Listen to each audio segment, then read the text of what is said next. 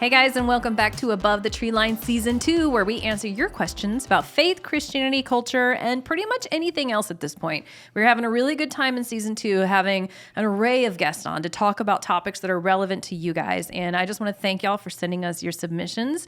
Today, we're going to talk about something that every single one of us battles at some point in our lives, and that is finances. Trust in finances, trust with money, provision, all those things that Americans struggle with on a regular basis. And so I have my friend and our director of operations here today, Mr. Jack Bailey. Good morning, girl. Good It's so good to be here for you. I'm glad you're here. Excited, and it's going to be a good time. So I wanted to have you speak into this topic specifically because you oversee our finance and accounting department, and running finances for a church is no easy business when everything, we depend on tithes and offerings. Exactly And so I know I've heard a couple of really cool stories about provision and how God has come through for you. But I want to kind of tee us up. What has been your kind of relationship with finances and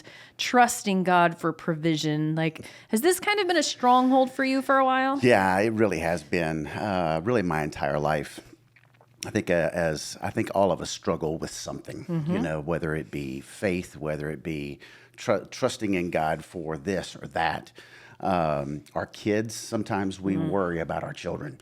But for me, it's always been about money. I think that I want to, especially as a man, want to provide. I want to take care of. And so I think I've built this false sense of security that I'm the man, and so I've got to take care of this. And so throughout my life, God has always brought opportunities for me to say, hey, it's not about you, it's about me. And so when I came on board about a year ago, and one of my responsibilities is the finances and overseeing that. And the mandate of our church is to give above and beyond what we bring in. And so that in itself is a faith struggle as a church. Because we make commitments to ministry partners regardless. Like, we don't know what's coming in. We're saying this is what is going to go out. And we are making these promises to people. And it's 100% a trust thing that God's going to bring in that money that we've promised to give away. That's exactly right. And that's hard. You know, it's very difficult.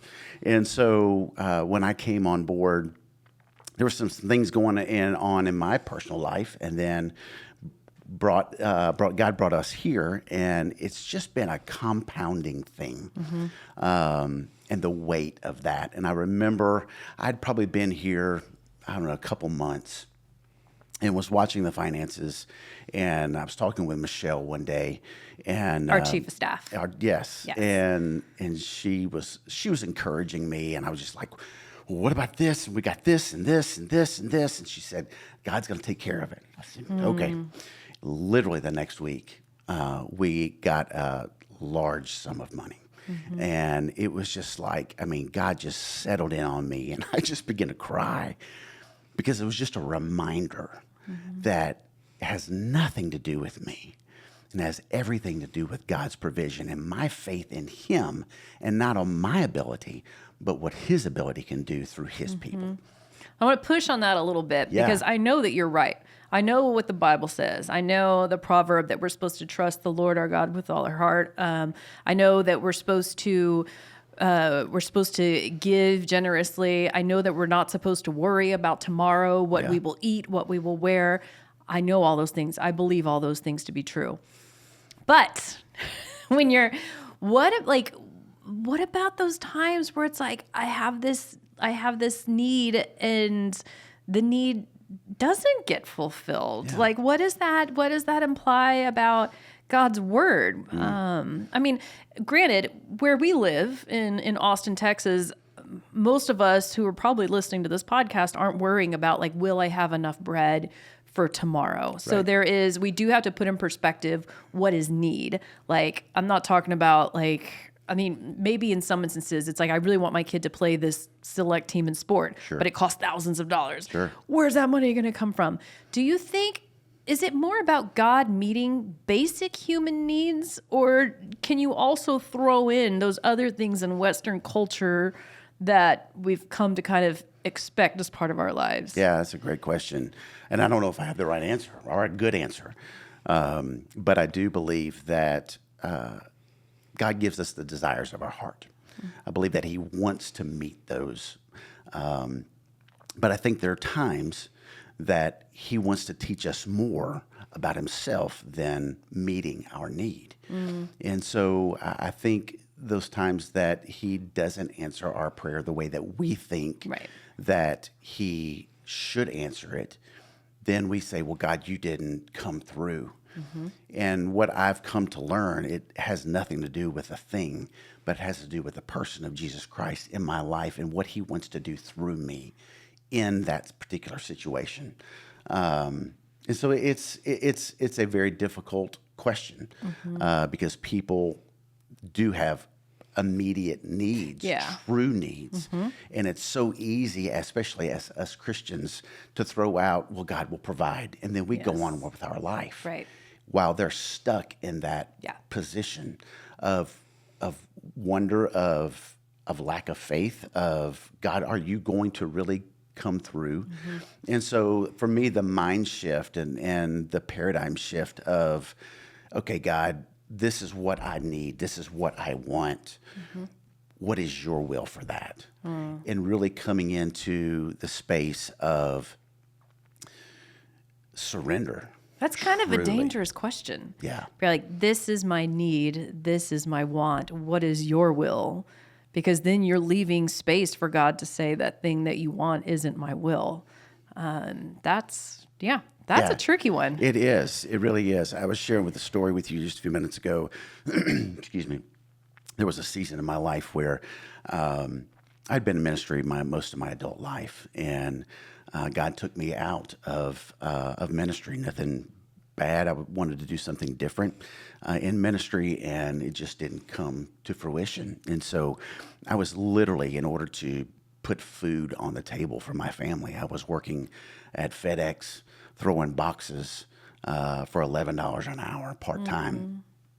And so during that season, it was about a year, and I was just complaining to God, God, I've given my life to you. I've surrendered my life to you. I've done this for you. I've done that for you. And this is where I'm at. This is what happens when you do that. And I remember I was in the kitchen one day, and I was by myself, and it was just like God said, shut up. Just shut up.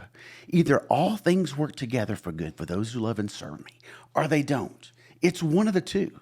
It's your choice whether you're going to believe in me or you're not going to believe in me. You're going to believe in my truth or you're not going to believe in my truth. But be quiet about this. Just shut up about it. And it was a really aha moment for me. Even though I still have struggled since that time with trust, it gave me a really perspective, if you will, that God wants to do so much more into me than just meet my immediate need. Yeah. Yeah. And and you think about it, our focus, especially in America, our focus is so often on finances, on provision, on success, on like all these things, the American dream, capitalism, not that there's anything wrong with any of that, but our focus stays fixed on those things. And I'm guilty of it. I think about anytime you go to a store, anytime, especially if you're on social media and you see something like, oh, I'd really like to have that. Or it's something that your kid wants to have in order to meet kind of the status of the school that they're at. Like it's everywhere. And so often it's like, I would say we're thinking about money probably crosses our mind more than that thought where it's like, God's got me. I trust God. Yeah. But the other thing I've noticed is that it's easy for me to like look at somebody else and be like, God's going to meet this need. And I believe it 100% and I'm confident of it. But it's another thing to believe that he's going to meet my need. And I still haven't figured out why those two things are so different, why it's easy for me to believe that God's going to come through for you, but he's not going to come through for me. Yeah, for me, it's somebody else. God's going to do that for you, and I can go on my life because He's met my need where I'm at right now, and I think that's the reason why He continues to bring this particular lesson to my life, because it is so easy to say God's going to provide for you and then walk off and you have your needs met. But for me, when those needs aren't met or not met in the way that I think they're going to be met, then it drives me to my knees and my dependence upon Him. And I think ultimately that's what He desires for us. He desires for us to have dependency upon Him and Him alone. Yeah. I'm just thinking, like, I've been watching a lot about, like, Hurricane Katrina, for example. Yeah, and I grew watched up in that too. Houston. Yeah. So I experienced a lot of it. And our definition of going without is very different than, say, what I'm seeing in that happened in Katrina, or like even get outside of America, go Haiti, go Nicaragua, or wherever else.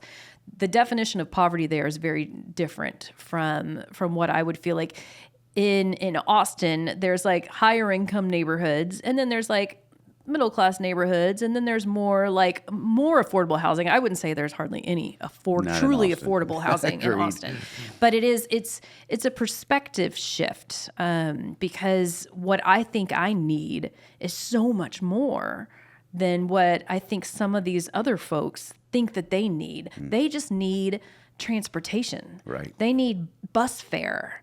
They need, like some of the ministry partners that we serve here, they need running water inside their house. And so there's part of it where when I think about what I quote unquote need, there's a little bit of like guilt there, because I'm like, none of this was really promised to me. But because of where we live and who we live around, you always feel like you don't have as much as the other person, because somebody's always got more than you. Yes. And I think that is the danger of comparison, especially in this season or this era of social media, that everybody puts exactly what they want everybody else to see, and they've got the best thing. And so you start comparing, well, I don't have that. Well, they may be, don't have that either. They may be, borrowing that from somebody or whatever the case may be. But the comparison of that is so dangerous for our lives. Yeah. And so the Bible verse that I think of a lot of people say, like, money is the root of all evil, but that's not what 1 Timothy says. It says the love of the love of money is a root of all kinds of evil. So then we have to start drawing this distinction between the love of money and then having what you need to survive. And when it comes to finances, I know there's a whole other conversation out there going on right now where it's like, how much money should Christians actually make? Is it okay for people who are in ministry to have wealth? And I would say, as long as they're given 10% of that back to the church, and they're giving, as long as they're giving away, if God is blessing them, great. Like, I think it's wrong if God's blessing somebody and they're not, and they're keeping it all for themselves and they're spending themselves into debt. But I'm like, as long as they're giving away what they're supposed to give, maybe God is just blessing them. Absolutely. You look at the talents, the story of the talents. I mean, God gives 10 and then 5 and then 1. And what did each one of those do? And then He blessed the one, that's with the most. And so, yeah, I agree. I don't think there's anything wrong with having money. And as long as you are being faithful with it to what God has called you to, then there's nothing wrong with that at all. But don't you think that, like, this verse in 1 Timothy, like, who doesn't love money? The love of money is the root of all kinds of evil. What human doesn't love money? Yeah, but what's I guess for me the deeper question is, what is love? I mean, I that word is, I love coffee, but I love my wife. those aren't even close to what that is. And so, yes, I enjoy money. I would love to have more than what I I would have. love to have There's nothing wrong with that, Yeah. to meet every need that I have. Yeah. I've got 2 kids in college, and so I would love to have more money in order to be able to help them with their school debt or help them with different things that they want to do that we're not able to do for whatever reason. And so, I think the love of that is great. But I think when you get to the point of desiring that so much that it becomes your source of strength, where I think God is trying to root that out in my life. That has nothing to do. That's not my source. Right. That's not my foundation. My foundation should be found in my love, should be in the foundation of Jesus Christ for my life. Yeah. I'm just thinking about swapping that word out, love, for trust. Like, I think it's easy to trust in money, to trust in finances, because you're like, if I got that 401k, if I got that retirement, if my kids got that scholarship, like all those things, you're like, I'm good now because my finances are good. Right. But how many people can be in financial distress and still say that they're good because they trust in God? Yeah. Like, Yes. I think that goes back to being grateful. Being grateful for what we have. God, thank you for 2 cars. yeah. I have 2 cars in my Right. family. My wife and I, my kids each have a car. I have a roof over my head. I have food in my pantry. I have a plentiful food in my pantry. Yeah, not just enough for today. Yeah, not just enough for today Yeah. or this meal, but I have it for the rest of the week. And so I think pulling back and saying, God, thank you for what I have, and being grateful for that gets my eyes off of what I don't have and what I do have, and helps ground me a little bit better.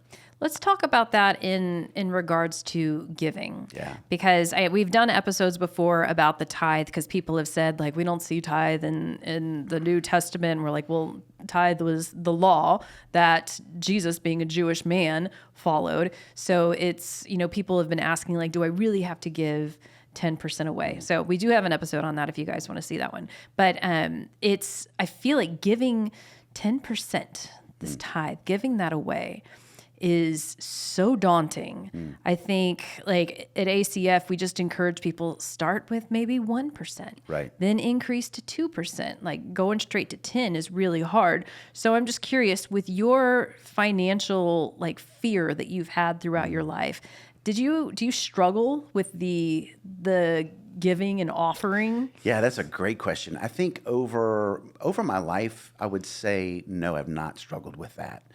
In this season, I have. Be straight up. But every time I don't, I'm reminded of the woman that gives the last. Yes. The last money that she has. And it reminds me, I still have money in the bank. Right.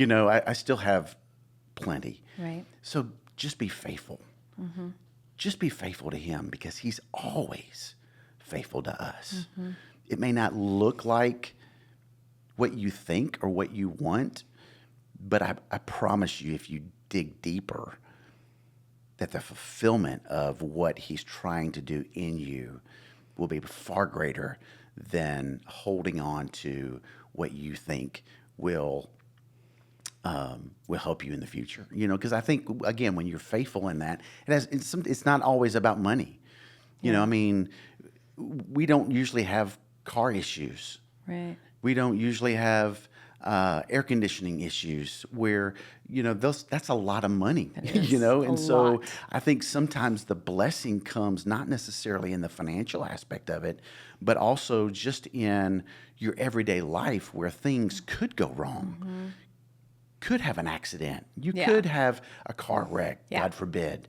And so, I mean, that sounds extreme, but I really think that that's what it's about. Yeah. It's every aspect of our life that he's faithful in. So how do we we're running out of time, but I'm thinking about if I didn't look around at what everybody else has, if I wasn't on social media looking at what everybody else has, then I wouldn't think that I'm going without. I would look at what I have and be like, this is amazing. What an incredible blessing from God. So I want to close with how do we get out of that mindset where it's like, oh, the neighbor's got a pool, the neighbor's got a golf cart. Like if you don't know that they have those things, you don't know that you're going without. But we know. So how do we get free from that as Christians? Yeah, that's a great question. I think our pastor has mandated our staff to take a Sabbath. And I think the Sabbath for that is putting away our phones, putting away our computers for a 24-hour period, and not looking at what others have and focusing in on what you have. You have a beautiful life. You have a beautiful family. You have hopefully you have health. And so getting away from that just for a short amount of time, I think helps you refocus in on what's truly important and not what's out there, but what you have right here. That's an exercise that I go through with my kids at night because we're still in our original home, and it's our starter home, but we've been in it for coming up on, I guess it'll be 2 decades in a couple of years. But it's important for us to like tell our kids, like, why don't we have stairs in our house? It's like all of our friends have stairs in their house. That's a really big deal in our family, is having stairs. We don't. But it's like, at night, I hate my stairs. I hate them. I'd probably lose some weight if I had them. But at night we go through, I'm like, okay, it's like ping pong back and forth. I'm going to say one thing like I'm really grateful for. And then they say one thing they're really grateful for. And if you really don't run out of things ever, like at some point I'm like, okay, now it's 10 o'clock. You've got to go to bed. But it's like, if you were to sit down and to list everything that you have, whether it's $5 in your checking account or $500 in your checking account, whether it's an old car or a new car, if you were to list all of those things, you'd be able to fill up notebooks full of ways that you've been blessed. And like, I feel so convicted thinking that I'm ever going without, because God's like, look at everything that I've given you. Yes, and exactly. and because of his track record and everything he's already done, why wouldn't we trust him for the future? Because there's probably more notebooks of stuff and things and blessings that he's going to give you. Yes, agreed. God's never late. No. He's always right on time. And that's such a cliche-ish little statement, but it doesn't mean that it's not factual. Yeah. Doesn't mean that it's not true. It's not on our timing. It's on his timing. And I think sometimes when he delays, what we think is delay is, again, to push us to a point of truly depending upon him. And I've used that word a lot, say it over and over, but that's where he wants us to be as Christ followers, as children of God. You know, when my children were little, they depended upon me for everything. And that's not a control thing. That's a love thing, because he wants to lavish. I want to lavish the gifts to my children. That's not the wants. There's things that my kids came to me and said, Daddy, I want this. But I didn't think it was best for them. Right. Yeah. Especially at that time in their life. You know, I know phones were huge. That's what I was thinking. Phones were huge, or are huge for kids. And so my wife and I chose to not give our children a phone until they were 15. Right.